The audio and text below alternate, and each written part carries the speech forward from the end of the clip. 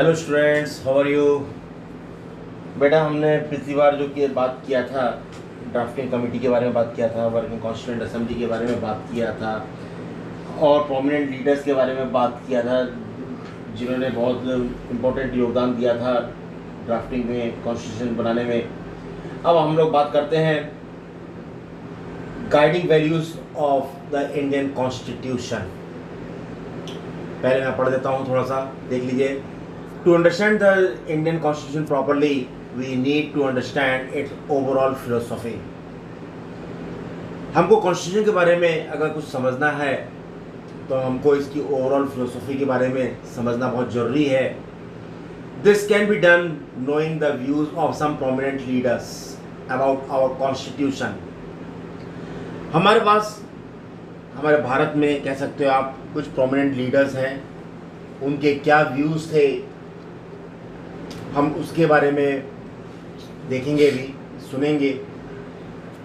उन्होंने क्या कहा कॉन्स्टिट्यूशन के बारे में, as well as the preamble to our constitution which lays down its guiding principles. First we will understand the views of the leader. पहले हम लोग बात करते हैं लीडर्स के व्यूज के बारे में। तो यहाँ पर जो मैंने सबसे पहला पॉइंट लिया है, that dream and the promises. Dream and the promises. तो इसमें हम लोग जो प्रोमिनेंट लीडर के बारे में डिस्कस करेंगे तो वो पहला है महात्मा गांधी।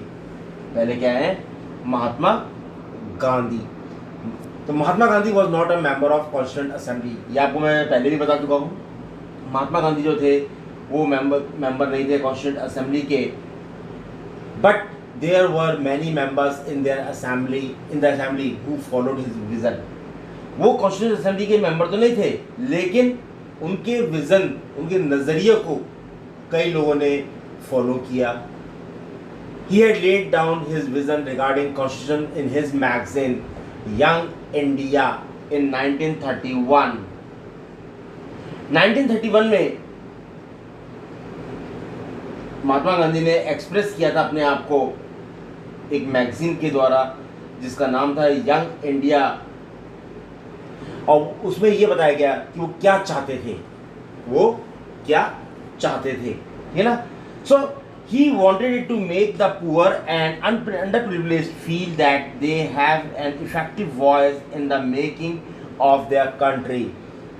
उनका ये भी मानना था कि जो गरीब हैं, जो बैकवर्ड क्लास के लोग हैं, उनकी भी वॉइस सुनी जाए, उनकी भी वॉइस सुनी जाए। और इसके अलावा वो चाहते थे that he wanted the constitution to promote harmonious living of all communities in the countries. It should not allow untouchability. छुआछूत की भावना को बढ़ावा नहीं देना है, ठीक है ना। इंटॉक्सिकेटिंग ड्रिंक्स और drugs in the country.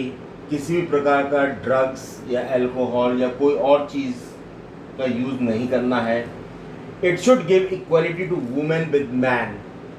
Women's को भी मैंस के बराबर इक्वालिटी होनी चाहिए, आज़ादी होनी चाहिए कुछ भी करने की। दूसरा जो हमने बात किया है वो बात किया है डॉक्टर B.R. अम्बेडकर।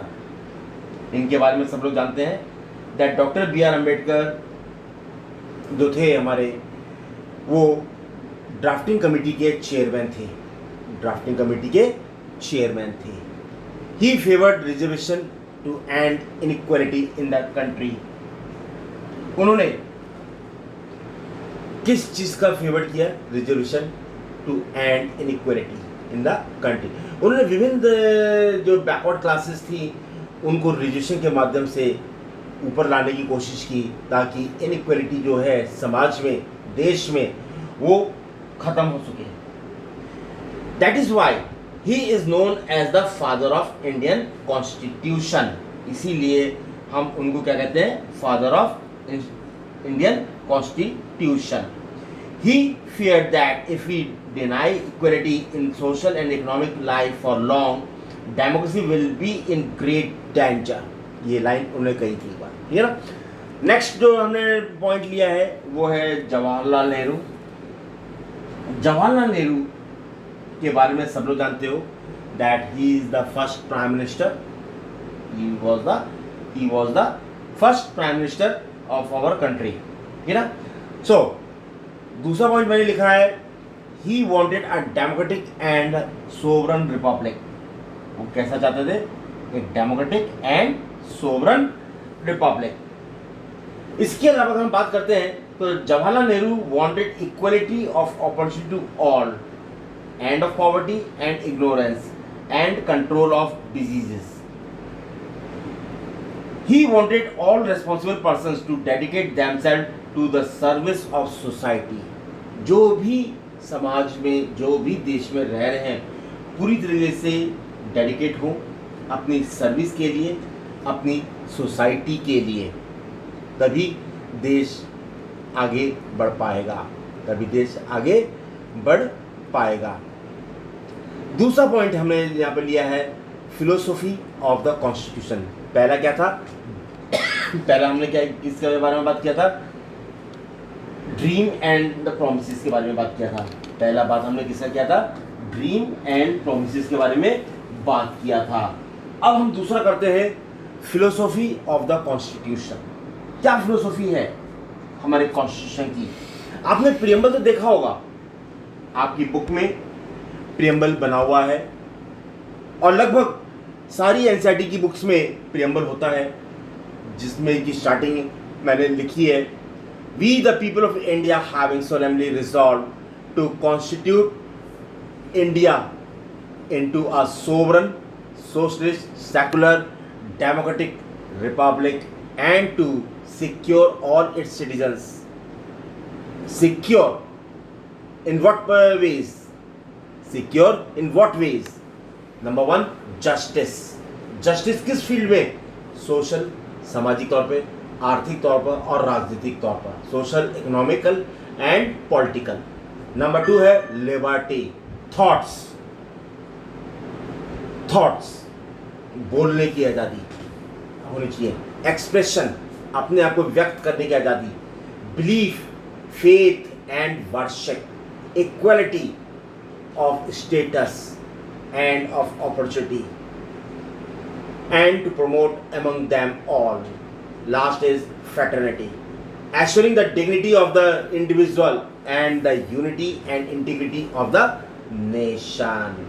ये हमारा प्रियम्बल है, ये हमारा प्रियम्बल है। लास्ट में इसमें दो लाइन और लिखी है, in our constituent assembly the 26th day of November 1949 do hereby adopt, enact and give to ourselves this constitution। 26 नवंबर 1949 को अडॉप्ट किया गया था, लेकिन लागू कब हुआ था? 26 जनवरी 1950 में। तो बेटा ये तो प्रियम्बल था जो मैंने आप लोगों के लिए पढ़ा अभी। अब इस प्रियम्बल में जो बातें लिखी हैं, जो मैंने हाईलाइट किया है, उसको हम डिटेल में पढ़ देते हैं। That values that inspired and guided the freedom struggle and were in turn nurtured by it formed the foundation for India's democracy. Given below are the values embedded in the preamble of the Indian Constitution. तो number 1 है We the people of India, हम भारत की जनता, हम भारत की जनता। यहाँ पर इसका मतलब क्या होता है? The constitution has been drawn up and elected by the people through their representative. आपको मैं पहले भी बता चुका हूँ, हम लोग अपने रिप्रेजेंटेटिव के द्वारा राज करते हैं, हम लोग अपना रिप्रेजेंटेटिव चुनते हैं, वो हमारी ज़रूरतों को, हमारी मांगों को ऊपर रखता है, and not handed down to them by a king और एनी आउटसाइड पावर्स। कोई मोनार्ची के द्वारा नहीं, किंग मोनार्ची के द्वारा नहीं, ना ही किसी भारी ताकतों के द्वारा। Number 2, sovereign. People have the supreme right to make decisions on internal as well as external matter. Bharat की जनता को पूरा अधिकार है, पूरा अधिकार है कोई भी डिसीजन लेने का, चाहे वो इंटरनल हो चाहे वो एक्सटर्नल हो। No external power can dictate the government of India. कोई भारी ताकत इसमें हस्तक्षेप नहीं कर सकती, इसमें रुकावट नहीं कर सकती, या बीच में नहीं आ सकती, इंटरफेयर नहीं कर सकती। Next is the socialist. Next क्या है? Socialist. Wealth is generated socially. भैया पैसा तो सब मिलके ही करेंगे ना, अकेले तो नहीं हो सकता। सोसाइटी करती है। And should be shared equally by society, और सब बराबर हिस्सों में उसको शेयर करेंगी। The government should regulate the ownership of land and industry to reduce socio economic inequality. सरकार को भी कुछ चीज़ों में ऐसी है चीज़ें होती हैं हमारे समाज में, एक कंट्री में, जो बढ़ावा देती है इनइक्वालिटीज़ को, तो उनको रिड्यूस करना पड़ेगा। That is known as the socio economic inequalities. Number next है सेकुलर। आपको हमने वर्ड पढ़ा होगा 6, 7, 8 में भी, सेकुलरिज्म। सेकुलर से ही वर्ड बना था सेकुलरिज्म, जिसको हम धर्मनिरपेक्ष कहते हैं। तो भारत एक सेकुलर कंट्री है। Citizens have complete freedom to follow any religion. कोई भी धर्म चुनने की आज़ादी है, कोई भी भाषा चुनने की आज़ादी है, कुछ भी कर सकते हो आप, ठीक है ना। But there is no official language, लेकिन हमारी कोई ऑफिशियल लैंग्वेज नहीं है। बोलते हम लोग हिंदी है कि हमारी हिंदी मातृभाषा है, लेकिन अभी तक कोई ऐसी ऑफिशियल लैंग्वेज नहीं बोली गई है, बताई गई है। The government treat all religious belief and practices with equal respect. सबको समान रेस्पेक्ट मिलती है, ठीक है ना। अपने अपने राज्यों में अपनी अपनी भाषाएं बोली जाती हैं, कोई इंटरफेयर नहीं करता उसमें। लेकिन जब देश की बात आती है तो वहाँ पर इंग्लिश और हिंदी दोनों ही चलती है। तो नेक्स्ट वर्ड है बेटा डेमोक्रेटिक। नेक्स्ट वर्ड क्या है? Democratic. A form of government where people enjoy equal political rights, elect their rulers and hold them accountable. इस लाइन को समझ लीजिए, होल्ड देम अकाउंटेबल। यहाँ पर अकाउंटेबल का मतलब होता है जवाबदेही। आप जो भी रिप्रेजेंटेटिव चुनते हो इलेक्शन के द्वारा, वो जवाबदेही है। आज आपने चुना, कल को उसने कोई काम नहीं किया सही, आपकी मांगों को पूरा नहीं किया, तो क्या आप उसको अगले इलेक्शंस में वोट दोगे? नहीं देंगे ना। तो government is run according to some basic rules. तो जितनी भी गवर्नमेंट बनती है हमारे यहाँ पर, जब भी गवर्नमेंट बनती है, वो जब सरकार चलाती है तो कुछ बेसिक रूल्स हैं जो उसको मानने पड़ते हैं। नेक्स्ट पॉइंट है बेटा Republic. The head of the state is an elected person and not a hereditary position. Head of a state means president. वो हेरिटरी नहीं है, वो भी इलेक्ट होते हैं, नेक्स्ट इज जस्टिस। नेक्स्ट क्या है? जस्टिस, ठीक है ना। Citizens can not be discriminated against on the ground of caste, religion and gender. न्याय कभी भी किसी कास्ट को लेकर के, रिलीजन को लेकर के, जेंडर को लेकर के नहीं दिया जा सकता, भेदभाव नहीं किया जा सकता। Social equalities have to be reduced. इनको कम करना होगा। जितने भी समाज में असमानताएं फैली हुई है उसे कम करना होगा। The government should work for the welfare of all. सरकार को सबके हित के लिए काम करना पड़ेगा, specially of the disadvantages group, जो पिछड़े हुए हैं, ठीक है ना। नेक्स्ट पॉइंट है बेटा लिबर्टी। नेक्स्ट पॉइंट क्या है? लिबर्टी। लिबर्टी का मतलब होता है आज़ादी, छूट। There are no unreasonable restriction on the citizens in what they think, how they wish to express their thought, and the way they wish to follow up their thought in action. बेटा एक बात सुनना, बड़ा ध्यान से सुनना।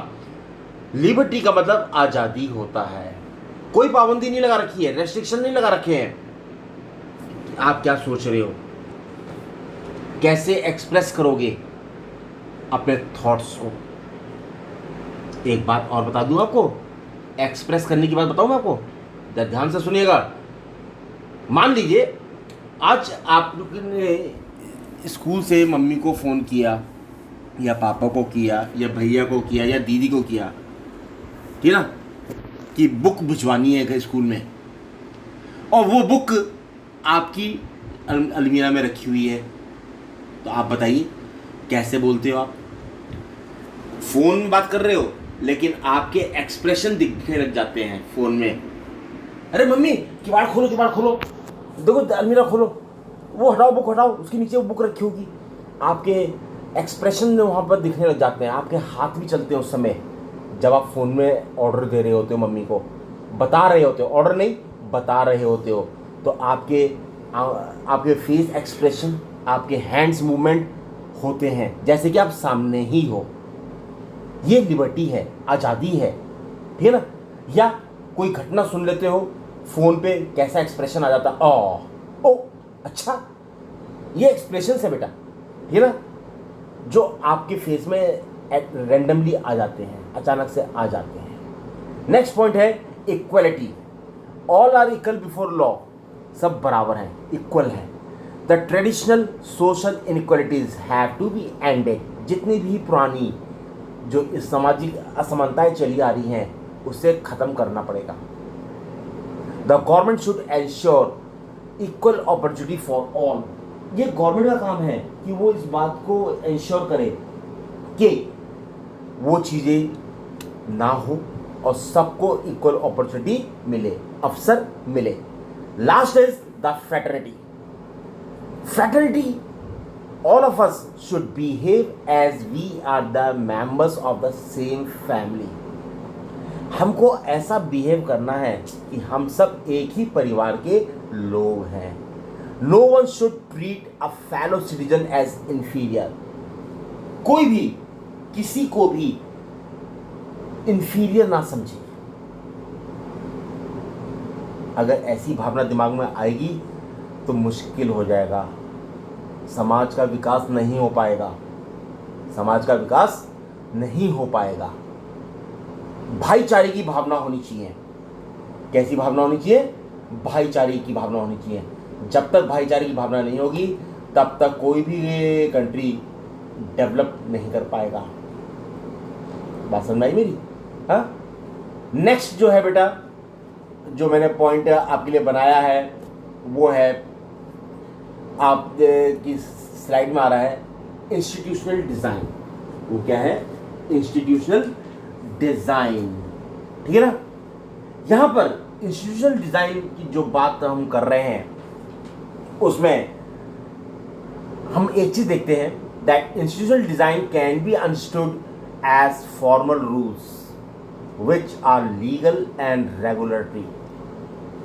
The following points related to the institutional design of our constitution are important.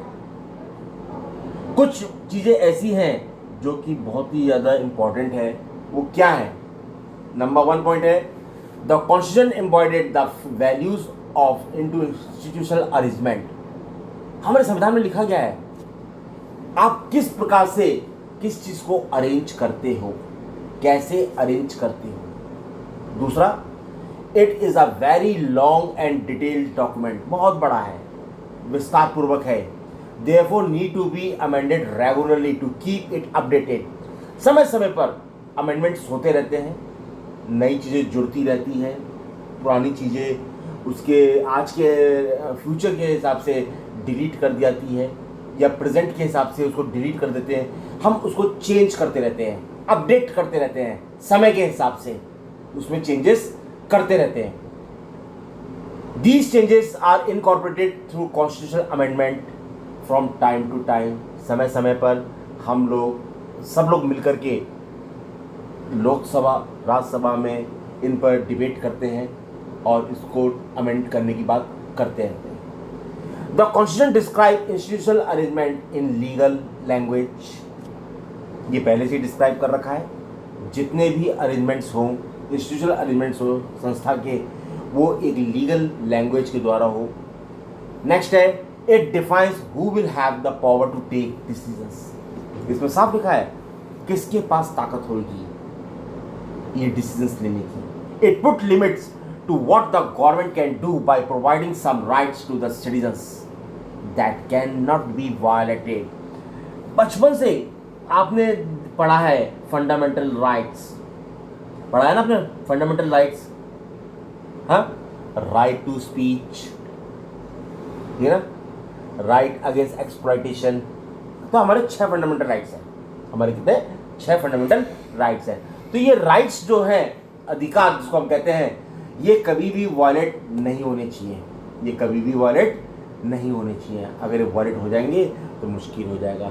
अच्छा, fundamental rights की बात करते हैं तो फंडामेंटल ड्यूटीज भी आपने पढ़ी होंगी, ठीक है ना। चलिए अब हम लोग नेक्स्ट बात करते हैं reasons for acceptance of constitution drafted by the constituent assembly. क्या रीजंस हैं, क्या रीजंस हैं इनके, ठीक है ना। तो देखिए, the constitution drafted by the constituent assembly is followed even today because of the following mentioned reasons. Number 1, it expresses a broad consensus. विस्तार बहुत बड़ा है, इसमें मैंने 2 पॉइंट बनाए आपके लिए।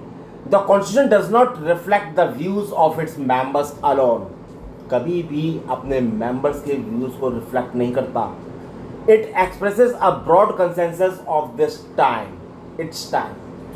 Because of this, no large social group और political parties has ever questioned the legitimacy of constitution itself.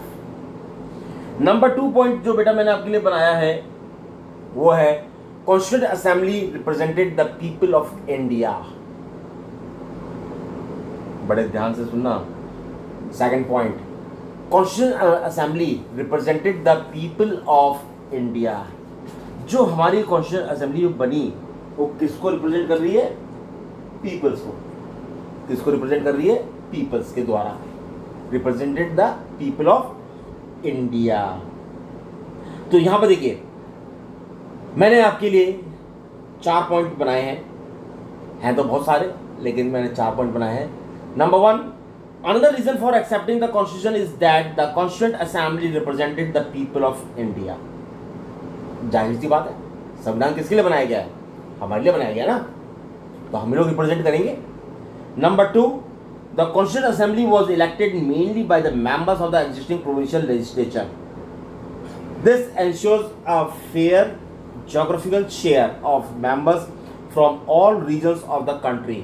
Bharat इतना बड़ा देश है, 29 स्टेट्स हैं, फिर यूनियन टेरिटरीज भी आती हैं, कितने सारे हो गए, लेकिन सबका शेयर बराबर है, सबका शेयर बराबर है, ये ना। Third point, the assembly was dominated by the members of the Indian national Congress. सबको पता है, आज़ादी के बाद से लेकर के अभी 5 साल पहले तक, 6 साल पहले तक इंडियन नेशनल कांग्रेस, INC जिसको बोलते हैं, या कांग्रेस पार्टी आप कह सकते हो, वो डोमिनेटेड थी, हावी थी, हम पर हावी थी ना, हाँ। But the party itself comprised of a variety of political groups and opinions. Next, the assembly also had many members who disagreed with the Congress. कई सारे ऐसे मेंबर्स भी हैं जो उनकी बातों को डिसएग्री करते थे, नहीं मानते थे। तो ये तो 4 पॉइंट थे आपके।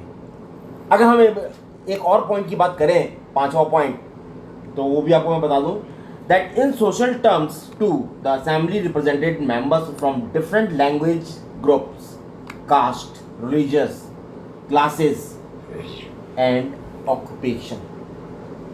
विभिन्न समूह हो सकते हैं, भाषा के बोलने वाले समूह के लोग हो सकते हैं, जाति के लोग हो सकते हैं, वर्ग के लोग हो सकते हैं, धर्म के ऊपर हो सकता है, एंड ऑक्यूपेशन के रूप में भी हम बात कर सकते हैं। Number 3, working of constituent assembly.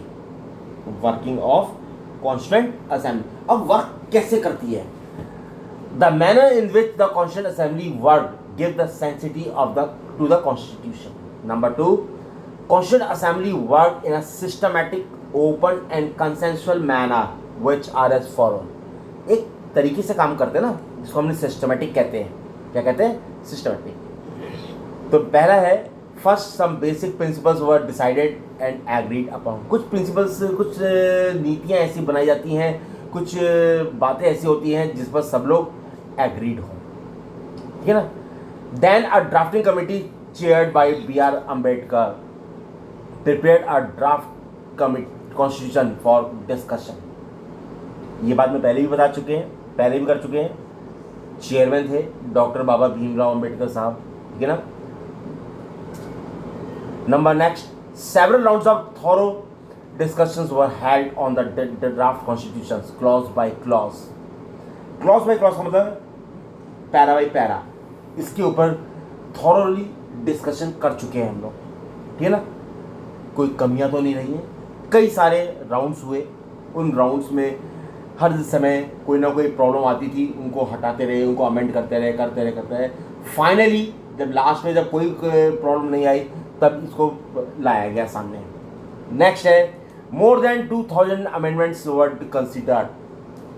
जिस समय संविधान बनाया गया उस समय जब इसके ऊपर डिस्कशन चल रहा था, थॉरो डिस्कशन चल रहा था, तो कम से कम तो नहीं कहेंगे हम लोग, मोर देन 2000 अमेंडमेंट्स कंसीडर किए गए. लोगों को आपत्ति थी तो उनको चेंजेस किए गए. Next, the members deliberated and debated for 114 days spread over 3 years. ये तो आपको मालूम है 2 साल 11 महीने 18 दिन का समय लगा था इसको बनाने में. Before finalising each and every clause, these are referred to as Constituent Assembly debates. जब बारी आई फाइनलाइज करने की, पूरा कंप्लीट हो चुका था, उससे पहले इसके ऊपर कई सारी कॉन्स्टिट्यूशनल अमेंडमेंट्स के ऊपर जो डिबेट्स हुए उस पर बात की गई. तो ये क्या कहलाता था, these are refer to as the constituent assembly debate. तो बेटा हमने ये वाला चैप्टर पूरा कर लिया है. अब हम लोग आगे एक बात और करते हैं.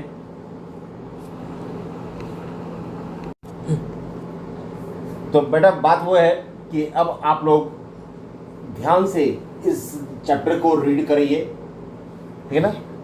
अब हम लोग नेक्स्ट चैप्टर में मिलेंगे. Thank you.